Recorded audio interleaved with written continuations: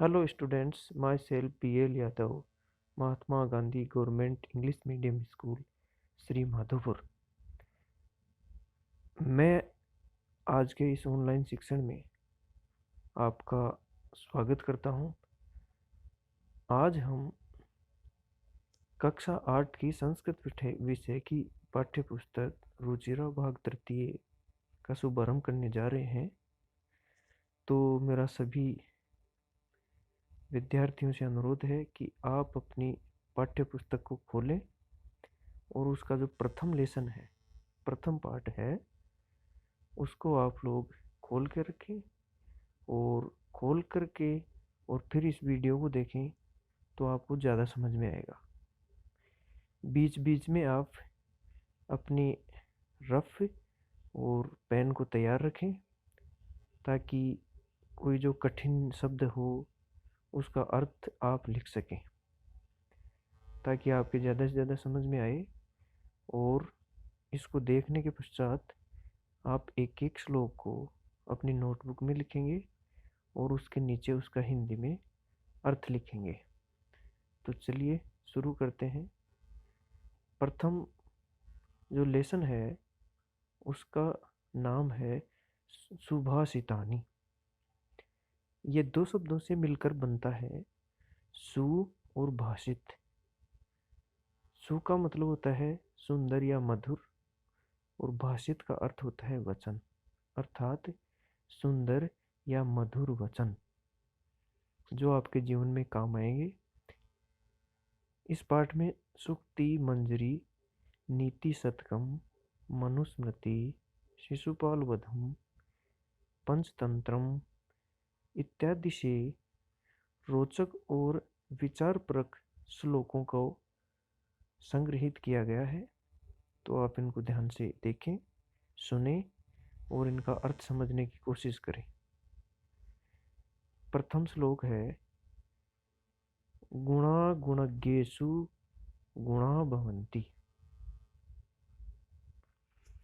गुणा गुणज्ञेषु गुणा भवन्ति ते निर्गुणं प्राप्य भवन्ति दोषा। स्वादुतोया भवन्ति प्रभवन्ति नद्ये समुद्रम आसाद्ये भवन्ति पेया। गुणा गुणज्ञेषु गुणा भवन्ति।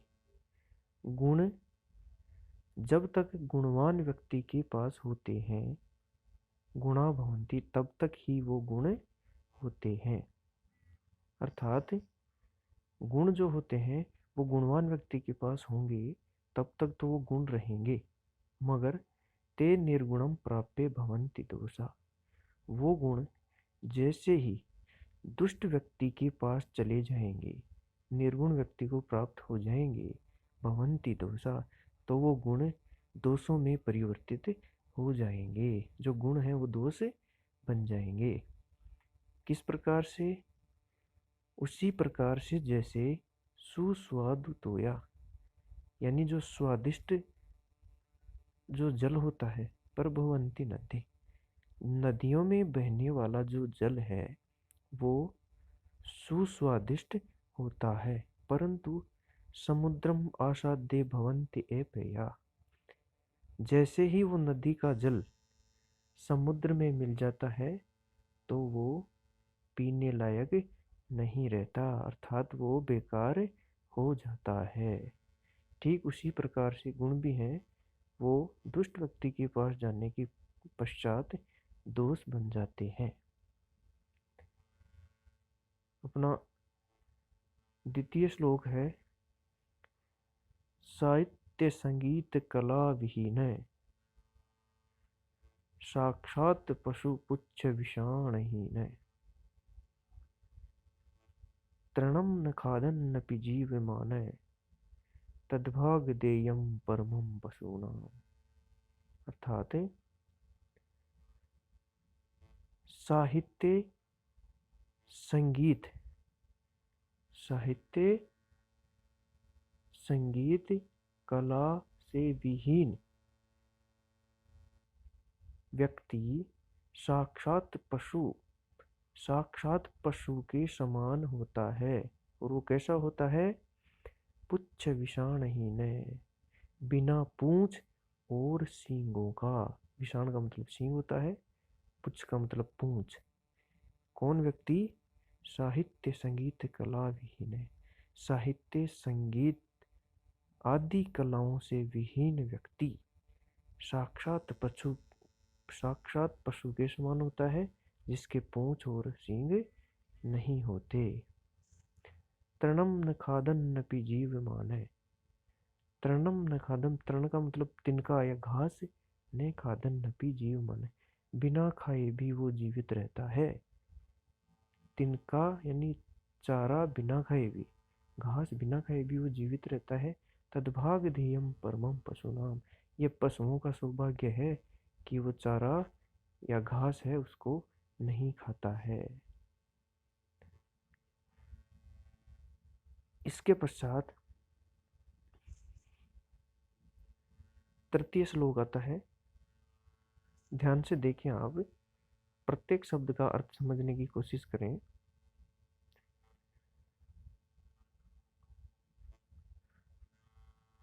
लुब्धस्य नश्यति यशा, यानी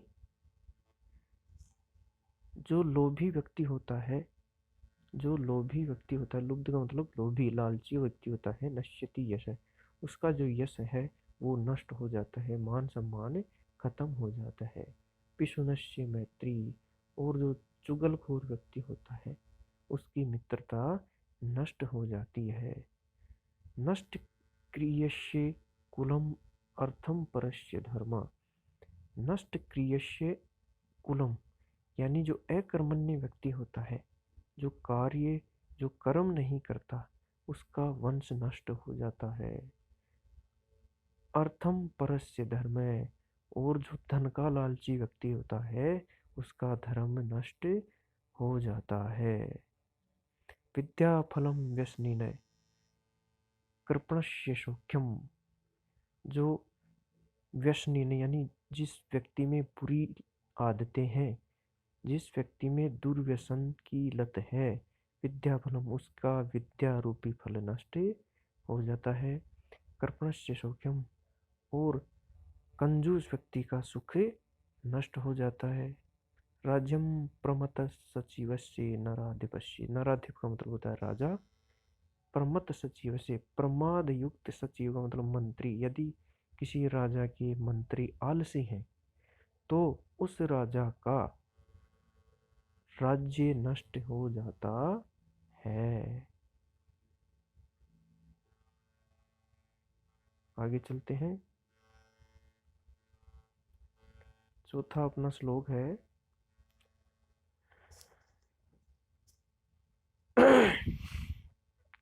पीत्वा रसम तु कटुकम मधुरम समानम। पीत्वा रसम तु, ध्यान दे, पीत्वा रसम तु कटुकम मधुरम समानम।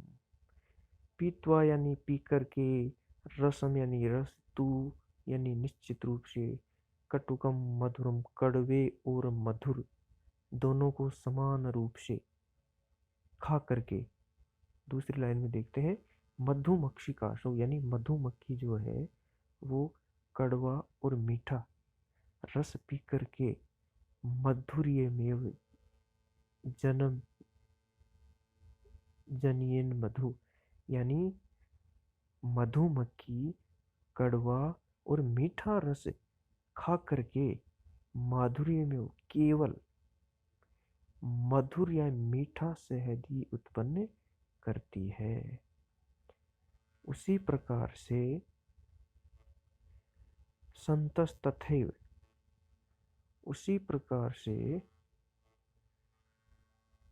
संतस तथैव, संत व्यक्ति सम सज्जन दुर्जना नाम, सज्जन जो व्यक्ति होता है, विद्वान व्यक्ति जो होता है, वह सम सज्जन, सज्जन और दुर्जनों की बातें सुनकर, श्रुत्वा वचः, उनकी बातों को सुन करके, मधुर सुक्त रसम सर्जन्ति, केवल मधुर बातें ही कहता है। यानी जो समझदार व्यक्ति होता है वह दुष्टों के पास में और सज्जनों के पास में उनकी बातें सुन करके केवल मधुर या मीठी बातें ही करता है।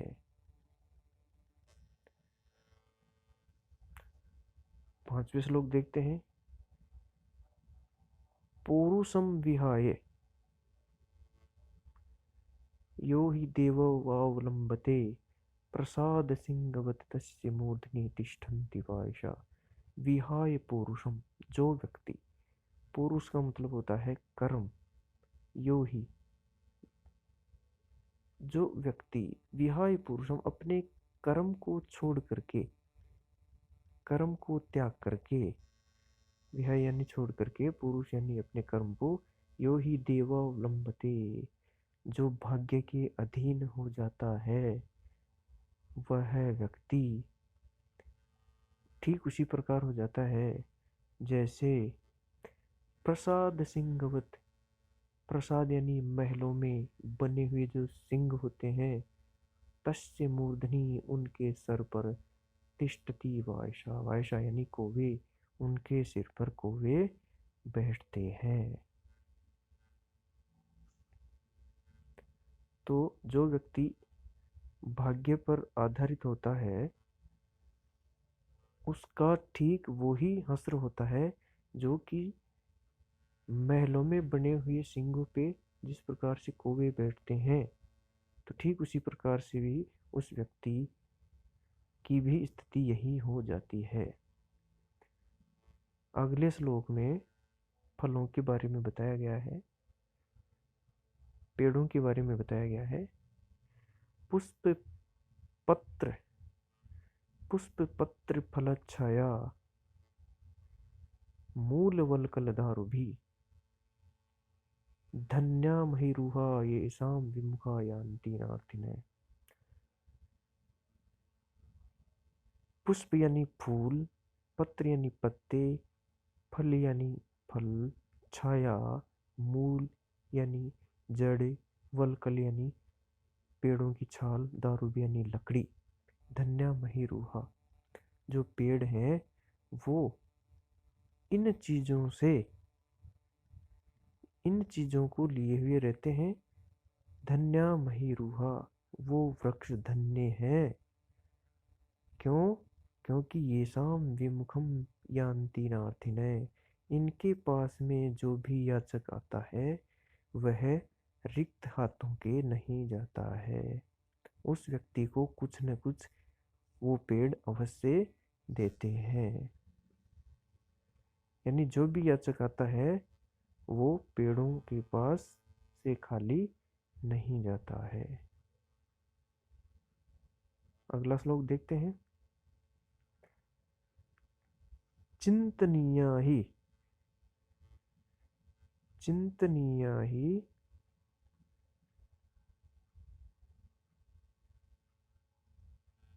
चिंतनीया ही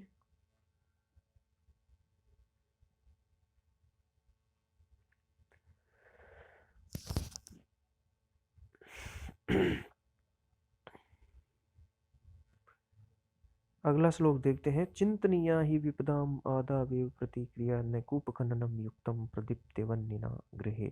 7वां श्लोक देखिए। चिंतनीया ही विपदाम आदावेव, जब विपत्ति आती है, आदावेव प्रतिक्रिया, चिंतनीय, चिंतनीय का मतलब विचार करना चाहिए, प्रतिक्रिया यानी उसका समाधान, यानी विपत्ति के आने से, यानी संकट आने से पहले ही उसके समाधान की चिंता हमको कर लेनी चाहिए। क्यों? क्योंकि नकूप खननम युक्तम, ये उसी प्रकार अनुचित है जिस प्रकार से नकूप खननम युक्तम प्रदीप्तिवन्निना, जिस प्रकार से प्रदीप्तिवन्निना, घर में आग लगने के ऊपर कुआं खोदना, तो ये संभव नहीं है। न युक्तम, यह उचित नहीं है कि हम आग लगने के पश्चात कुआं खोदें। कुआं हमको कब बनाना पड़ेगा? कुआं हमको बनाना पड़ेगा आग लगने से पहले। तो कोई भी समस्या आती है तो उसका समाधान हमको उस समस्या के आने से पूर्व ही खोज लेना चाहिए। अब इन श्लोकों को आप अपनी नोटबुक में लिखेंगे और इनको इनका अर्थ समझ करके इनका हिंदी अर्थ भी इनके नीचे ही लिखेंगे। आप हिंदी अर्थ जानने के लिए ये जो शब्दार्थ हैं, इन शब्दार्थों को आप पढ़ें, याद करें, ताकि आपके जो भी कठिन शब्द हैं उनका अर्थ आपको पता चल जाएगा। इनको भी आपको नोटबुक में लिखना है। अभ्यास प्रश्न देखते हैं। पाठे दत्तानाम, प्रथम प्रश्न है, पाठे दत्तानाम पद्यानाम सस्वर वाचनम कुरु। जो पद्य हैं उनका आपको सस्वर वाचन करना है। इसके पश्चात दूसरा जो प्रश्न है उसमें कुछ रिक्त स्थान है, और रिक्त स्थान से पहले जो इस पाठ में जो श्लोक आए हैं उन श्लोकों के कुछ शब्द दिए हुए हैं, और इसके आगे वाला जो शब्द है उसको आप इन श्लोकों में से ढूंढ करके और इन रिक्त स्थानों की पूर्ति करेंगे। इसके पश्चात तीसरा प्रश्न है, व्यसनीने किम नश्यति। तीसरा प्रश्न है, प्रश्नानाम उत्तराणि एक पदेन लिखित। इन प्रश्नों के उत्तर एक पद में, एक शब्द में देने हैं। व्यसनीने किम नश्यति, यानी दुर्व्यसनी जो व्यक्ति होता है, बुरी लत वाला व्यक्ति होता है, उसका क्या नष्ट हो जाता है? तो उसका नष्ट हो जाता है विद्या रूपी फल।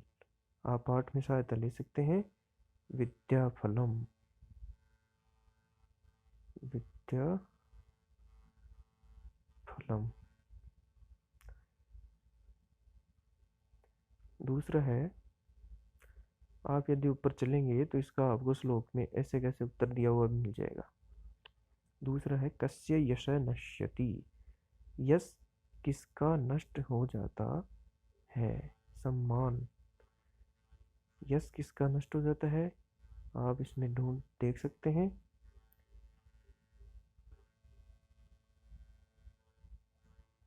ऊपर चलिए, यश नश्यति लुब्धस्य, लोभी व्यक्ति का यश नष्ट हो जाता है।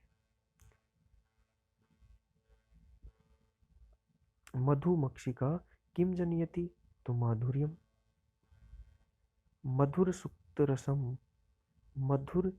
रसम के सृजंती। मधुर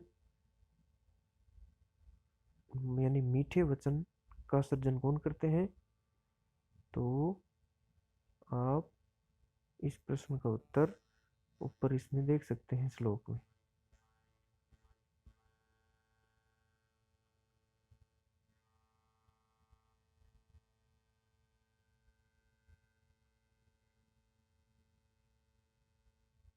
संतई, इसका उत्तर इस श्लोक में है। अर्थिने के भे विमुखा यान्ति। तो जो अर्थिने, जो धन के लोभी व्यक्ति हैं, वो किससे विमुख हो जाते हैं? तो धर्म से, तो धर्मम हो जाएगा। चौथा जो प्रश्न है वो आप देखेंगे कि एक तरफ तद्भव शब्द है और इन शब्दानाम कृते पाठात चित्वा संस्कृत पदानि लिखित। इनका संस्कृत में इनका पद लिखना है। तो चलिए, कंजूस को क्या कहेंगे? कृपणे। कड़वा को कटु। पूंछ को पुच्छ। लोभी लुब्ध। मधुमक्खी मधुमक्षिका। तिनका तृणम। पांचवा प्रश्न है, अधोलिखितेषु वाक्येषु कर्तृपदम क्रियापदम से चित्वा लिखित। नीचे लिखे हुए वाक्यों में कर्तृपद और क्रियापद यानी कर्ता और क्रिया को छांटना है, अलग करना है। उदाहरण दिया हुआ है, संतय मधुर सुक्त रसम सृजंती। सज्जन व्यक्ति मधुर सुक्त रूपी रस का सृजन करते हैं। तो संतय कर्ता हो गया, सृजंती क्रिया हो गई। निर्गुणम प्राप्य भवन्ति दोषाः, कर्ता क्या होगा? कर्ता हो गया निर्गुणम दोषा, और क्रिया हो जाएगी भवन्ति।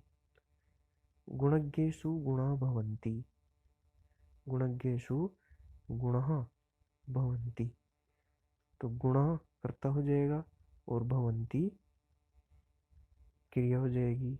मधुमक्षिका माधुर्यम जनियेत, मधुमक्षिका कर्ता हो जाएगी, जनियेत क्रिया हो जाएगी। पिशुनस्य मैत्री यश, मैत्री यशः नाशयति, नाशयति क्रिया हो जाएगी और पिशुनस्य कर्ता हो जाएगा। नद्ये समुद्रम आसाद्य अपेया भवन्ति, नद्ये समुद्रम आसाद्य अपेया, नद्ये कर्ता और भवन्ति क्रिया। प्रश्नों का निर्माण। रेखांकित पदानि आधृत्य प्रश्न निर्माणम कुरुत।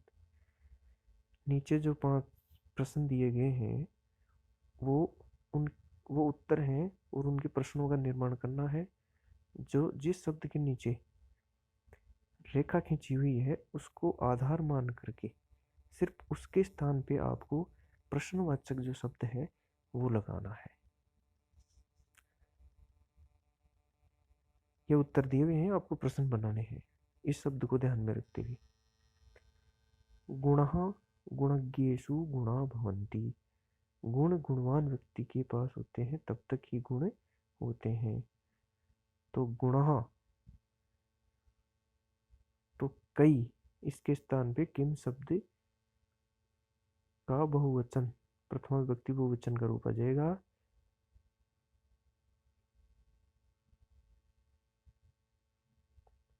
और हाँ, तो चलिए 6वां प्रश्न पुनः देखते हैं। रेखांकित पदानि आधृत्य प्रश्न निर्माणम कुरुत। रेखांकित पदों को आधार मान करके प्रश्न का निर्माण करना है, यानी ये आपको उत्तर दिया हुआ है। इसमें रेखांकित पद को आधार मान करके इनके प्रश्न बनाने हैं। गुणः गुणज्ञेषु गुणा भवन्ति, गुणः जो गुण होते हैं वो गुणज्ञेषु गुणी व्यक्ति के पास होते हैं तब तक ही वो गुण होते हैं। तो इसके स्थान पे हो जाएगा किम शब्द प्रथमा विभक्ति बहुवचन कै कौ के, कै कौ के, इसके स्थान पे के हो जाएगा। नद्यः सुस्वादु तोया भवन्ति, नदियों का जो पानी होता है वो स्वादिष्ट होता है। तो नद्यः ये स्त्रीलिंग, नदी शब्द स्त्रीलिंग प्रथमा बहुवचन, तो किम शब्द का हमको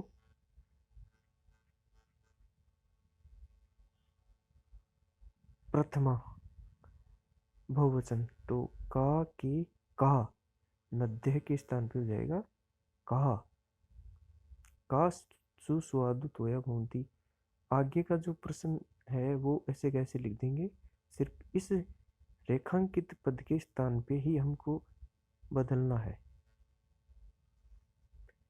तीसरा है लुब्धस्य यश नश्यति, लुब्धस्य के स्थान पे आ जाएगा कस्य, किसका यश नष्ट हो जाता है, तो लोभी व्यक्ति का। मधुमक्षिका माधुर्यमेव जनियति, मधुमक्षिका ये स्त्रीलिंग है तो इसके स्थान पे आ जाएगा का माधुर्यमेव जनियति। 5वां है तस्य मूर्धनि, तो तस्य कुत्र कहाँ, तस्य उसके कहाँ कोई बैठते हैं, तो मूर्धनि सिर पर। 7वां प्रश्न देखते हैं। उदाहरण अनुसार पदानि पृथक कुरुत, उदाहरण के अनुसार पदों को पृथक करना है। जैसे समुद्रम आसाद्य, तो इसका जो है समुद्रम आसाद्य, इसके पदों को पृथक हम करेंगे तो समुद्रम आसाद्य। ठीक उसी प्रकार से माधुर्य में, तो माधुर्यम एव, अल्पम अल्पम एव, सर्वम एव, देवम एव, महात्मानाम उक्ति, तो महात्मानाम उक्ति, महात्मानाम उक्ति। विपदाम आदाव, विपदाम आदव एव, या विपदा आदव प्लस एव, तो इसको ठीक यही रहेगा कि विपदा माधव प्लस एयु। प्रिय विद्यार्थियों, आपका जो प्रथम लेसन है वो कंप्लीट हो गया है। अब आप इसको देखें और इसका हिंदी अर्थ और इसके प्रश्नोत्तर है वो अपनी नोटबुक में करें। और इससे संबंधित यदि आपको कोई समस्या आती है, कोई कठिनाई महसूस आप करते हैं, तो कमेंट के माध्यम से मुझे आप बता सकते हैं। यदि आपको अच्छा लगा हो तो इसको लाइक कर सकते हैं, इसको शेयर कर सकते हैं और इसको सब्सक्राइब कर सकते हैं, ताकि जैसे ही मैं कोई अगला लेसन डालूं तो आपको पता चल जाए।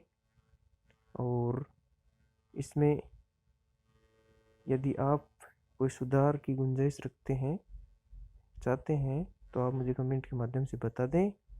बहुत बहुत धन्यवाद। Thank you so much.